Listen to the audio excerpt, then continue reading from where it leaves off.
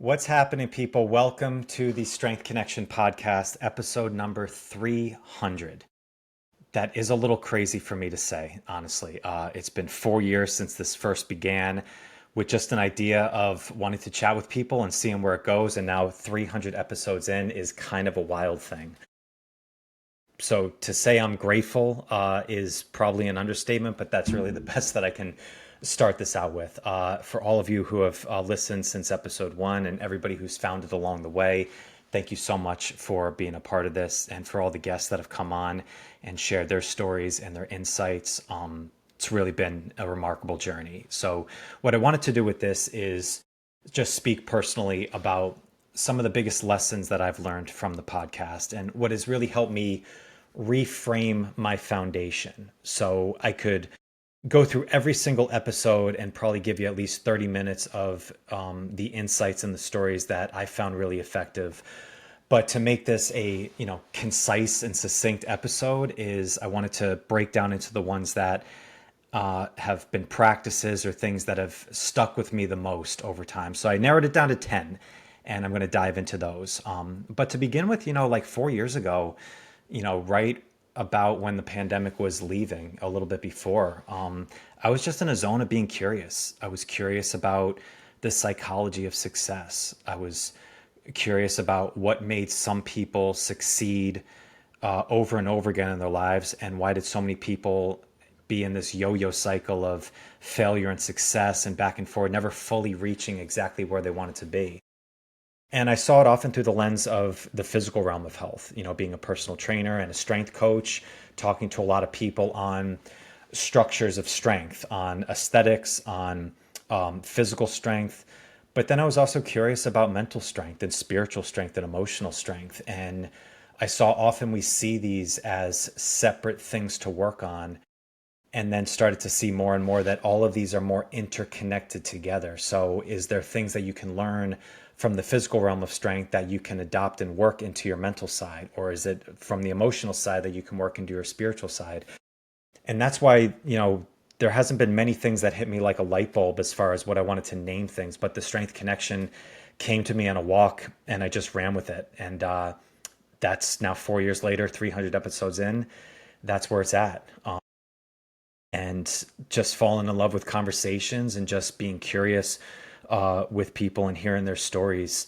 It has changed me and shaped me more in how I view life and how I view the work that I do than I can even express. Probably some is so foundational now that I don't even think about it. But I wanted to highlight a few with you today. So we'll dive into these as quickly, as succinctly as possible. That is an aim that I want to do here. So number one, mastery comes from the ordinary days. And I wanted to start with this because this actually came from the very first podcast episode that I ever did. It was with Fabio Zonens, master instructor with Strong First. And Fabio was actually the probably perfect person to start a new podcast with because he's so easy to talk to. He's incredibly knowledgeable. He knows how to simplify complex things down.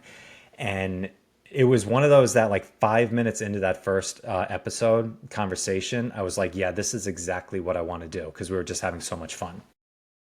And he threw this line that I have thought of frequently since we had that conversation. And he said, when you step up to the bar that's loaded with a max effort weight, of course you're going to be focused. You have to be dialed in. Otherwise, the bar won't move. The key to training is, can you have that same focus and reverence when the bar is at 50%, your easy days or practice days? This is where mastery is built. I think of this so often is because we think that like when the moment is like the game is on the line or like the big things are happening in life, that's when you really need to be dialed in and focused. But in reality is normally focus and being locked in comes very naturally in that time because you have to be. It's kind of like a necessary thing if you want to achieve what you need to do. So using the context of like a barbell deadlift, right? It's like, yeah, if you are not focused in on your technique and everything that you're aiming to do when you're going for a max effort lift or something very close to it, you have to be focused there. Like getting dialed in and focused at that time is not really a big feat, because if you don't do it, nothing's going to happen. The bar's not going to move. But the key of mastery and practice is, can you keep that same focus, that same best effort on the days when you could get away with not and still succeeding in the short term? And I think of this so much in, in training, you can do that where it's, you're lifting a weight that you can easily lift. So you don't have to mentally engage as much and you could still probably succeed in it. But can you still have the reverence and still have the focus of doing the best you can and dialing in on your technique and on your focus when you don't necessarily have to? That's where you learn a lot more. And I think this applies so much into anything that we do. The just the regular days where you're just kind of going through the motions and you don't necessarily have to put your best effort forward. Nobody's going to catch you or call you out on it. And it's very easy to go into, yeah, I'll just kind of get away with, half-assing it or just like giving like 50% effort. And in the day, yeah, you can probably get away with that. But what is that doing to you long term? Versus even the days when you don't necessarily have to dial it in, can you still dial it in? Because that's where mastery is built. And then when those moments do come up, when you're facing a bar that's a max effort, or it's a day when you really need to be on your A game, you're already going to be prepared for it because you've been prepping for it all those easy and light days beforehand. So right off the rip, Fabio just dropped some knowledge, and that's why I wanted to start with that one. Number two, stay out of the automatic zone. So a good friend of mine, her name's Diane Webb. She's a trauma therapist, and she works with clients over the past couple decades who have gone through some really harrowing shit. That's the best way that I can describe it.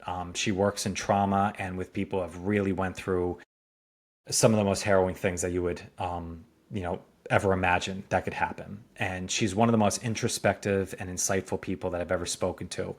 We've talked numerous times on this podcast. She's been on another podcast that I do. She's one of my favorite people to dive in and talk about the concept of healing, and really working on the mental side of strength. And she dropped this practice on me in one of the first conversations we had, where I asked her about what are some things that people can do when they're not in front of you, when it's not a like session that you're having. What are things that they can do on a day by day basis? And she gave me this practice.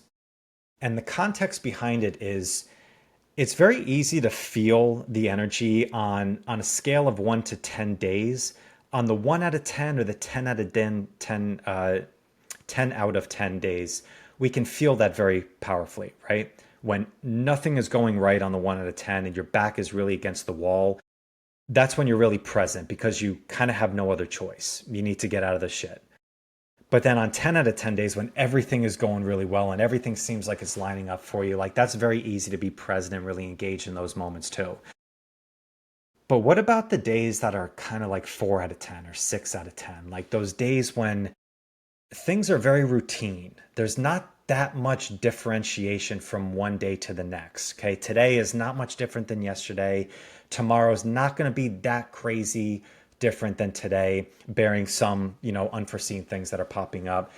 Often throughout life is most of our days can get very routine. They can get monotonous where we're doing very similar things over and over again.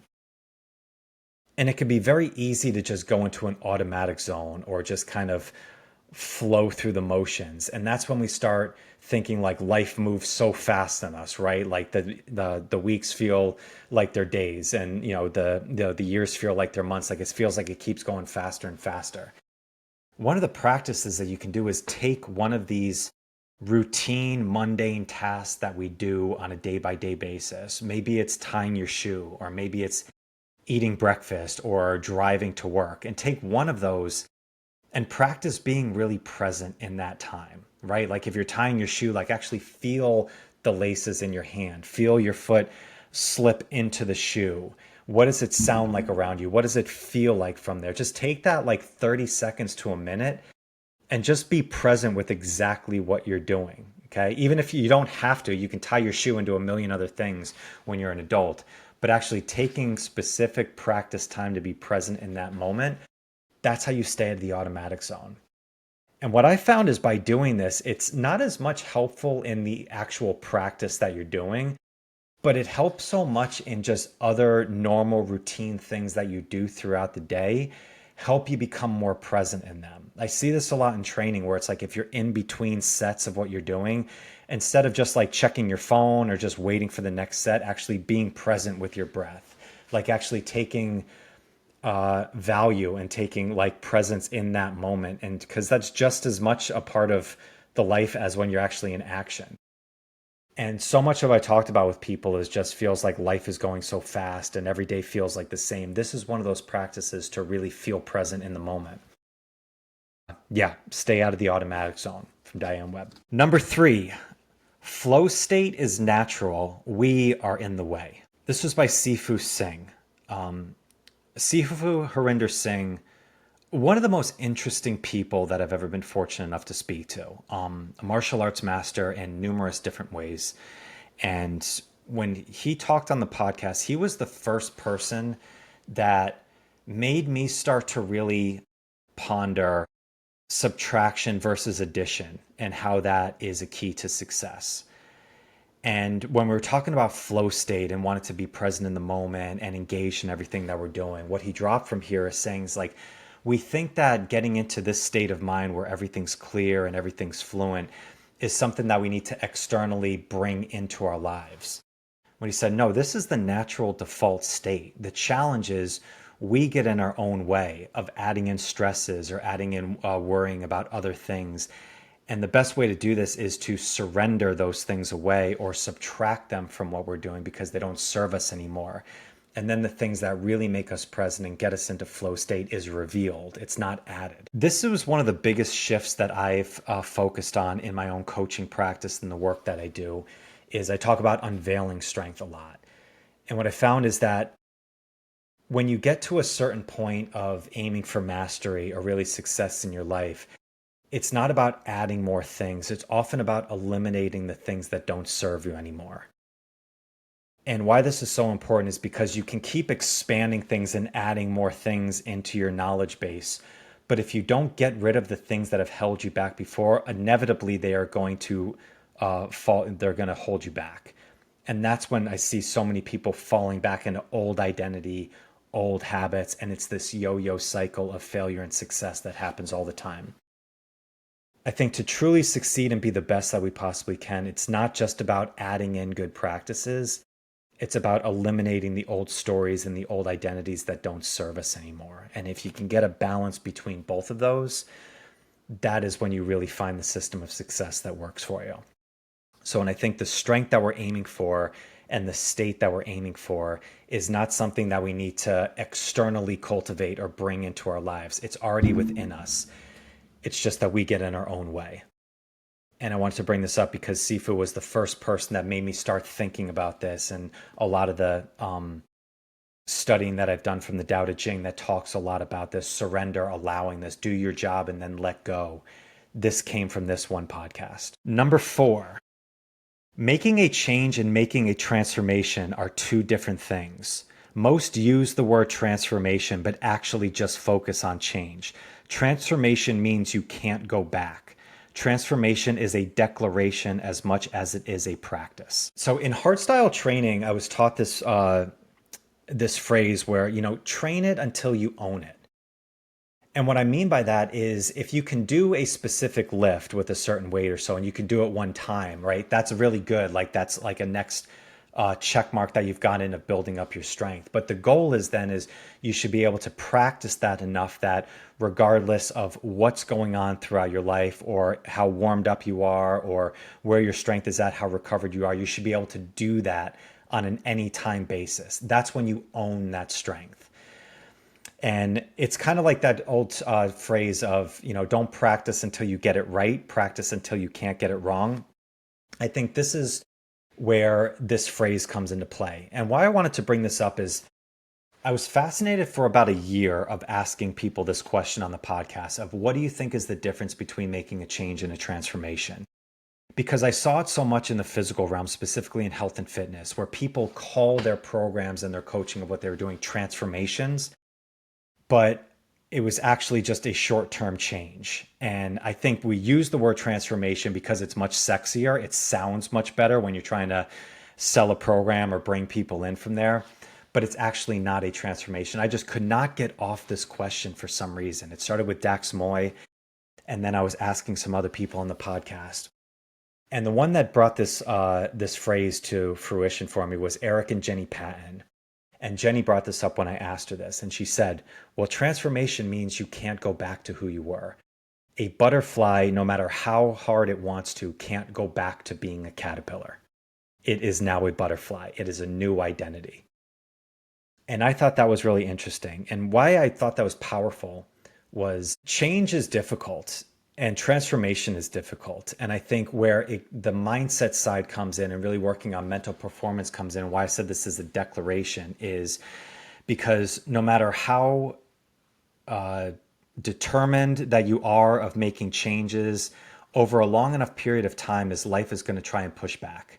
You have to go through different seasons of life. There's going to be moments where you don't feel like doing what you need to do, or your schedule gets crazy, or family emergencies happen, or the holidays come up, or there's different things in life that is going to get thrown at you that's going to try and prevent you from making the changes that you want to change.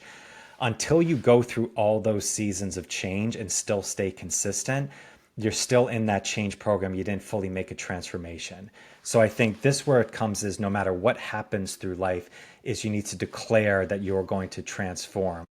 And that is going to help you the most throughout this time, because eventually when you get to that point where you've made enough change that you just can't go back anymore, regardless of what happens in life, you're still going to do the things that you need to do to move forward. That's when you can call it a transformation. And this was just a big part of the podcast for a while. And this was a big revolution for me. So that's why I wanted to include it. Number 5, fall in love with your butterflies. This was dropped by Dr. Nate Zinzer. This was the best lesson on confidence that I've ever had. And confidence is one of those interesting terms. And I was really interested in it when I talked to Dr. Nate. And I remember there was another podcast that we did with Joel Cochran. It was a great coach. And Joel asked this question that really made me ponder. And he said, what is the role of a coach? What's the best thing that we can do for somebody? And I was like, I wasn't ready for that question. So I don't think I really gave a good answer. I was like, well, provide structure and clarity and all this stuff. He's like, no, the number one thing that a coach can do is to instill self-confidence. Because when somebody is confident, they can move mountains. And I was like, that is so absolutely true. And when I was talking with Dr. Nate, for 3 decades, he was the performance therapist and counselor for West Point, where he would work with young cadets who were coming into the new officers program to help them handle what was going to happen in their careers in the military. But he also worked with Olympic athletes in track and field. He worked with Eli Manning from the New York Giants through his Super Bowl runs. And what he talked about a lot was about confidence really comes from reframing, because no matter what, there's going to be times that are going to challenge you. And it's how you perceive them that is going to determine how you act in them. And this was one of the things that he said, is that when the butterflies come, when that nervous energy comes, when the game is on the line or it's a big moment from there, often people view that as something negative. It's something that they want to get rid of and get calm, take a deep breath. Where his frame was, no, that means that something really cool is about to happen. Something's really important to you that you're about to do. And this is when you're about to be at your best. So when the butterflies come, that's a time when you should fall in love with them, because you're about to be at your best because something really cool is about to happen. And I thought that was such a fun frame. And this actually came to full fruition worldwide when he was working with Michael Johnson, the former Olympic gold medalist. And I think it was the 92 Olympics in Atlanta when Johnson won the 200 meter and 400 meter races in men's track and field. And they were like 10 minutes apart from each other. And there was a reporter that asked him, like, how do you like get rid of the nerves, or how do you like stay calm during that time when it's like so close together and everything's on the line in this race? Like, how do you do it? And he said, yeah, no, I fall in love with my butterflies. He actually brought that out to fruition for the world. I thought that was so cool. So this was one of the biggest lessons that I learned about confidence, and how to not just have confidence or not have confidence, actually how to practice this and reframe this.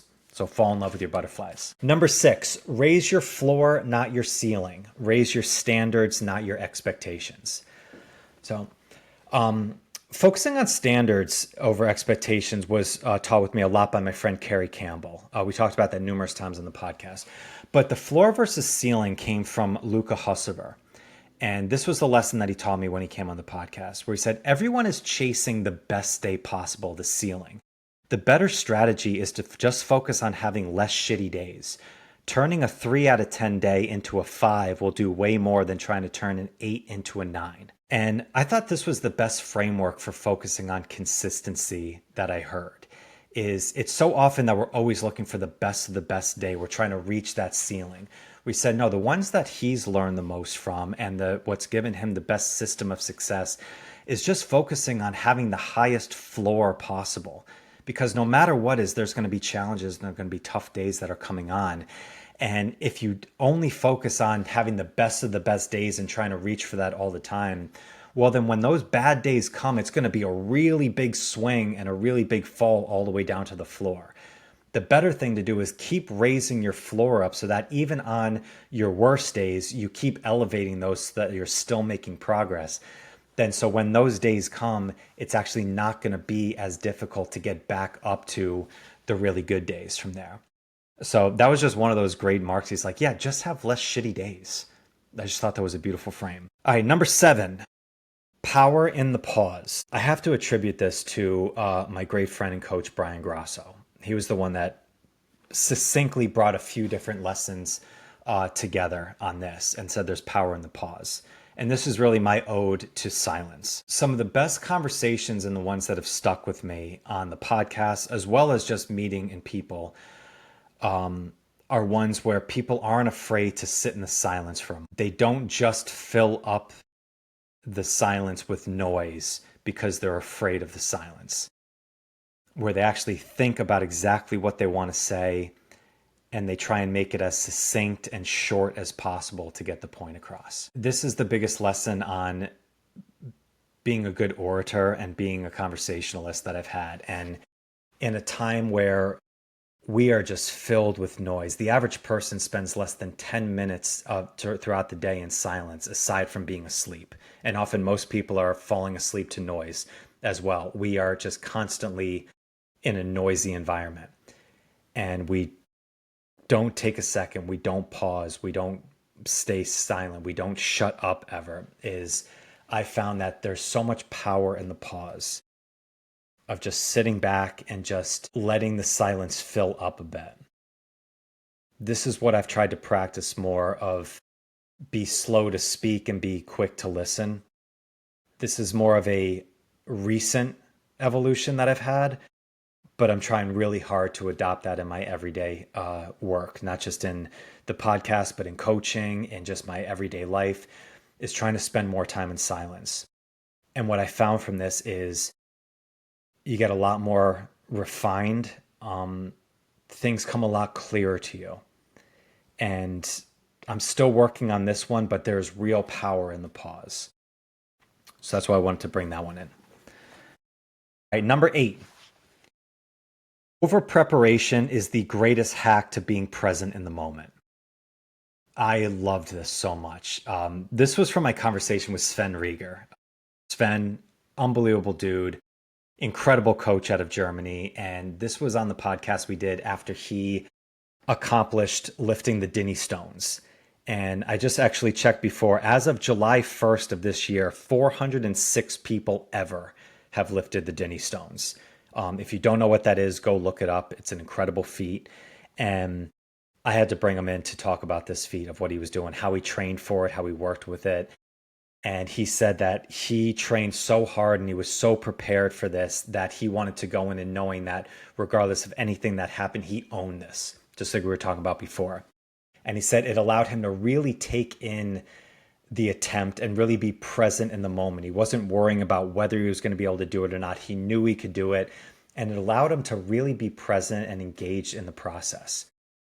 And I thought this was such a lesson in so many different realms. I've talked to Brett Jones numerous times about this with certifications, where he's certified hundreds and hundreds of people through kettlebell certs before, and he said his best advice is to give yourself a lot of time to prepare. Come in over prepared, not just because he you'll succeed and you'll, accomplish it. But you can also just be really present and have fun in the entire weekend. Where the ones that come in underprepared are very anxious, they're always worried about if they're going to do well or not. And then all of a sudden the weekend completely flies by and they don't really enjoy it. Where what I found is being over prepared, it allows you so much to be in that present moment and just be engaged in exactly what you're doing. And I've taken that a lot into the preparation that I've done with guests that have come on the podcast. I've tried to over prepare as much as I can so I can really just be present and engaged in the conversation, because if it goes off a little bit or if I lose something, I know how to get back to it. And that has been one of the best lessons that I found of being present in the moment, is over prepare as much as you can. All right, number 9. Intuition is a great skill, but it's not a foundational one. Structure is a better foundation to build on. Before you break the rules, you better learn them really well. This was one of my biggest screw ups over the last 4 years, from conversations that I had, and then also the coaching that I was working with training, is the over overvaluing intuition as a skill that can be developed right off the bat before getting into structure. And let me give you some context behind this. And I wanted to bring this in because this was something that I felt I really messed up with and I held onto it for a long time. Is about 4 years ago when I started this podcast, I started my new business, is I was deep into intuitive training for my physical training, where what that means is I was not following a specific program. I was going in every day, going to my body, asking a question rather than an answer, trying to figure out what it was that my body felt like doing on that day, getting into biofeedback solution, that type of work. And the reason I stayed with it so much is because I was getting a lot of results. I was feeling really good. My strength was going up. I was feeling really mobile. My energy was up. And I really thought that I found a secret sauce. Like this was a hack that I found that I can really help and teach people about. And I started working with people on developing their intuitive training, where it's kind of having a open, loose program of some parameters to follow, but trust your body, go into it and work with it a little bit more. And what I found is, as much as I was doing very well with it, a lot of people struggled really quickly and they got really demoralized from it. And I thought that this was just something that I just needed to keep tweaking and keep working. This is definitely the way to go. And what I found is intuition is a great skill, but you need to build a structure first. You need to have discipline and consistency down first. And you need to do that for at least 1 to 2 years. What I found is the experience and the strength that I was getting from it, I already had over a decade of specific training that I was working on. So it allowed me to get into intuition a lot easier from there. But if you're at the beginning level, if you're doing something brand new that you haven't really done a lot before, follow a set program, build up the skill of discipline, follow a structured plan first, and do that for a while. And that quote that I found is, learn the rules so well so then you can break them later. That kind of goes into the balance between structure and intuition. So I think intuition, it's one of those really sexy words. It's a cool thing. Oh, listen to your body, know what's best for you. Yeah, all that sounds really good, but that comes along the line. You need a good at least year to a couple years of getting really consistent down with your structure before going into intuition. And this was something that I kind of just had to swallow my pride and be like, yeah, you know what? I effed up on this for a bit. I need to change the way that I'm approaching this a little bit more of working with people. All right, number 10 and the last one. Time and solitude is a superpower. This was taught to me by my friend Tyler Wall. And I wanted to close out with this one in a couple reasons. I think solitude and isolation are two very different things. Isolation is not good. Isolation is where we get into lonely spirals, where we get into lone wolf feelings and start to have distrust. There's a lot of negative things that goes with isolation. We need good people around us. You need to have a good team around, whether that's family, friends, colleagues, however it is. The more good people that you can find around you, the better it's going to be overall for your life, specifically for your strength. But I think time and solitude is a very powerful superpower, where if you can spend a little bit of time with as much as just like a piece of paper and a pen and get in tune with exactly who you are and what you're working on and be okay with doing things on your own and having that skill set, This is one of the most powerful things that you can do.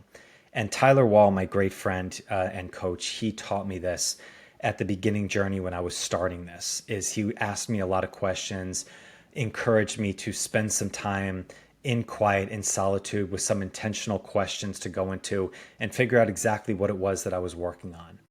And this was the best practices that I did. And he was the one that really brought this out for me. And I wanted to close out with this because Tyler was a great friend of mine who tragically earlier this year passed away in February, very unexpectedly. And it was one of those things could not have seen coming. It was a very fluke type thing that happened. But he was a numerous guest that I had on the podcast. We have a multitude of conversations that we've had off the air as well. He was one of the best people that I've ever known, and he taught me as much as anybody else has in my life. And this was one of the main lessons that he taught me that has stuck with me more than anything. And I honestly wanted to pay tribute to him because I would not be at this moment right now and would not be at 300 episodes and keep doing this and keep moving forward if it wasn't for his tutelage. And I know he's watching this from beyond right now, and I just wanted to give an homage to him to close this out. And there it is. 10 lessons down, 300 episodes in, and many more to go. Again, to all of you who have followed from the beginning or all those who have found me along the way with this podcast, thank you so much. I hope it's been of value to you. This has been the greatest blessing, and I can't stress enough how grateful I am for you. Much love to you. Thank you so much, and we'll chat soon. Peace.